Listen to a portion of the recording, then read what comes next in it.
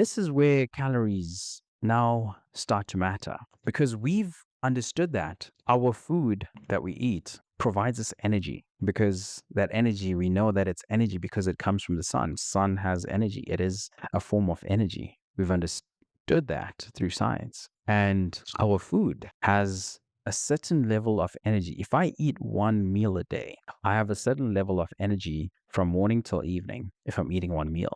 And maybe there are periods throughout the day, depending on how many hours have passed, where my energy peaks or drops, right? Goes up or drops. So we need to understand the energy that is in food, to understand that food is a form of energy. Because when you understand that food is a form of energy, because anyone can relate. If you don't eat food for a day or two, you feel tired. You feel like you're sleepy. And if you're not intentionally fasting, you might just say, okay, I need to eat. You might start getting angry because you haven't eaten. You don't have energy. You can't tolerate a lot of things that are happening around you because you don't have the mental capacity to process everything because your energy is low. You're frustrated. You're easily frustrated. When you have food, you start feeling like, oh, okay, I've got energy. I can go there. I can come here. I can talk to this person. I can entertain this conversation. I can tolerate this person who's annoying me. It's easy to do when you're full. You seem happier. You feel happier.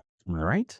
And once you understand that, this gives you an opportunity, a great opportunity to actually understand how much food you need to eat in a day or how much food you need to eat to gain weight or lose weight. Because as a principle, the more food you eat, the more energy you eat, the more capacity, the more potential you have to do more things, for you to tolerate more things and do more things, whether it's working longer, whether it's running longer, whether it's working out longer, you have more potential, more capacity when you eat more food. But if you don't eat that food, if you don't use that energy that you've eaten from the food, you will have to put that energy somewhere. There's no two ways about it. Your body has to store that energy because you've taken it in. It's inside you.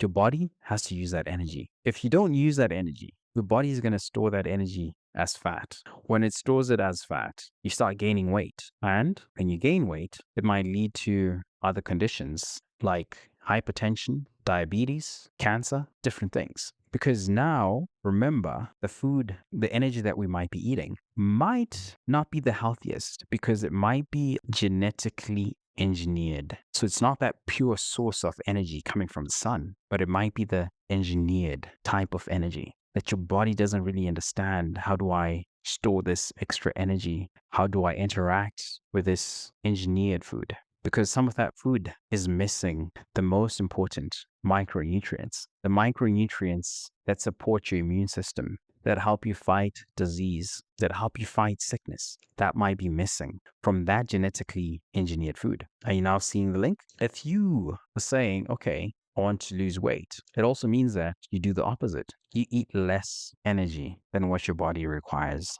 in a day. That is what you do. So you might feel a little bit tired than usual. And that is something that is just normal and part of the process. Now, the important thing to understand is that you have to time the amount of food that you eat when you eat your food, because you want to eat your food when your body requires it the most, when you're interacting with people, or when you need that extra energy. What activities are you doing in a day that require the most energy? So that is when you use that food, that energy from the food to recover or to prepare you. So you have to time when you eat that food, when you're trying to lose weight. That is the best way to make it as easy as possible to lose weight that you need to.